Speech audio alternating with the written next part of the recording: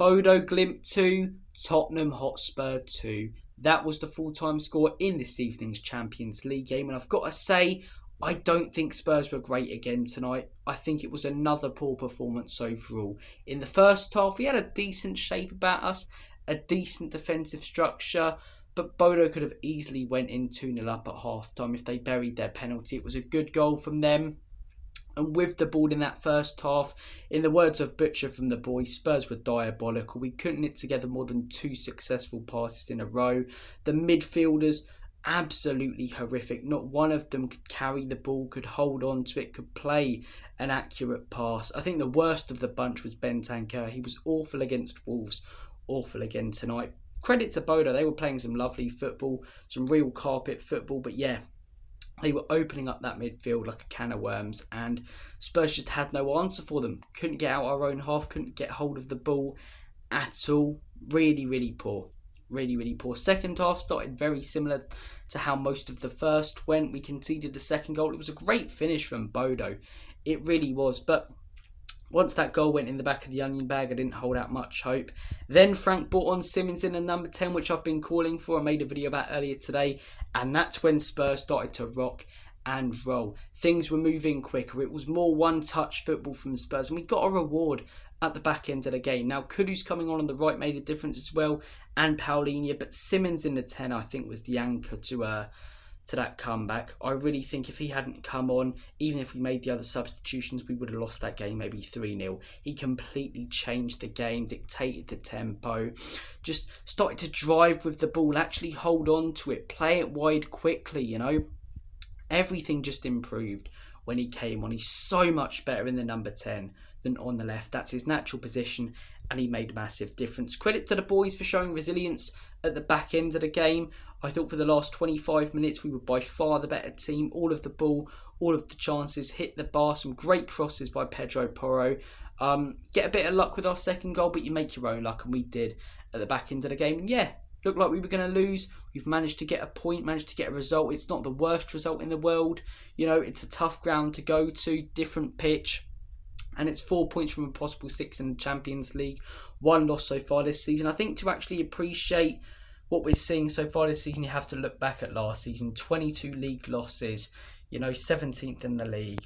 We were pretty much all saying as Spurs fans heading into the season, if we get in the top 10, that's a huge improvement. Yet we're sat 3rd in the league, 4 points from 6 in the Champions League. And some people are losing their heads about the performances. Granted, a few of them haven't been great, but we have showed resilience even in the performances that haven't been great, which goes to show that we're going to be competitive in most games this season. I said at the beginning of the season, I don't see us losing that often by more than 1 goal. I don't see us losing that often in general. We'll be a tough team to beat, because when we're on it, teams will struggle to break us down and we'll be dangerous. When we're not on it, we can be behind in games, but we can find those goals. We've got more determination, more grit about us this season.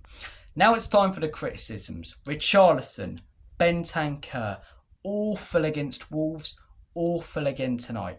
Absolutely dreadful, both off and on the ball. Richarlison's movement was horrific, his pressing, diabolical, his hold-up play was non-existent. He was almost a defensive midfielder at times in that first half and just did nothing, just stood there. Countless times he'd lose the ball going forward or go to press. Bodø would play out and he'd just start walking back and not tracking his man.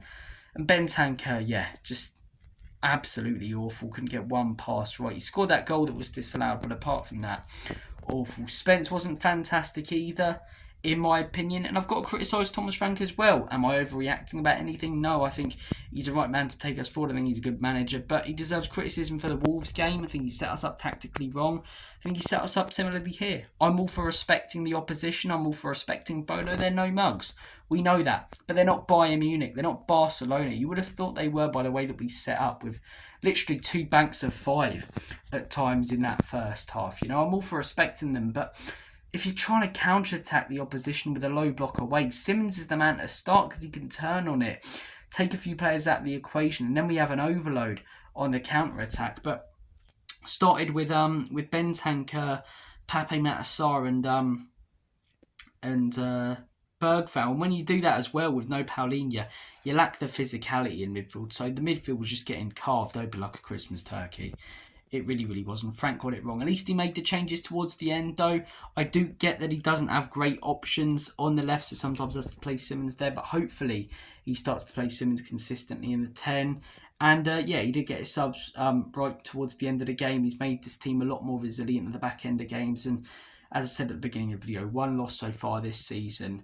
That really isn't bad. We lost 22 games overall last season. So, and that's just in the Premier League. So I think it was like 25, 26 overall, maybe more actually. So yeah, definitely work to be done, but work has already been done. Rome wasn't built in a day, and neither will Spurs be. So it's going to take time to build things. But yeah, positives from tonight: Porro, some great crosses.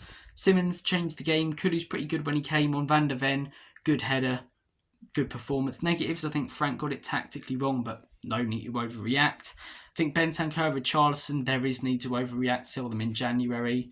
A few players who were sort of mixed bag tonight. Odebert, I quite like him though. I think there's a player in there. So I don't think was good actually. Yeah, mixed bag tonight. I think for the most part, Bodø were the better team. But when we did start playing towards the end, completely dominated a very good side. So point, is it the best point in the world? No, but I take it. Got Copenhagen at home coming up. First we've got Monaco away. That won't be easy, but take a few points out of the next games. 4 points out of the next games. You've then got 8 points 4 games into the Champions League. That really isn't bad. I think teams got 14, 15. Who got in the top 8 last season. I get that we've got PSG and Dortmund, so actually we might need to win both of them games. But yeah, I don't think a point's the worst result in the world at a tough ground to go to. I just think we respected them a little bit too much. Guys, I'm going to make Look Banana and Split. Take care, and as always, come on,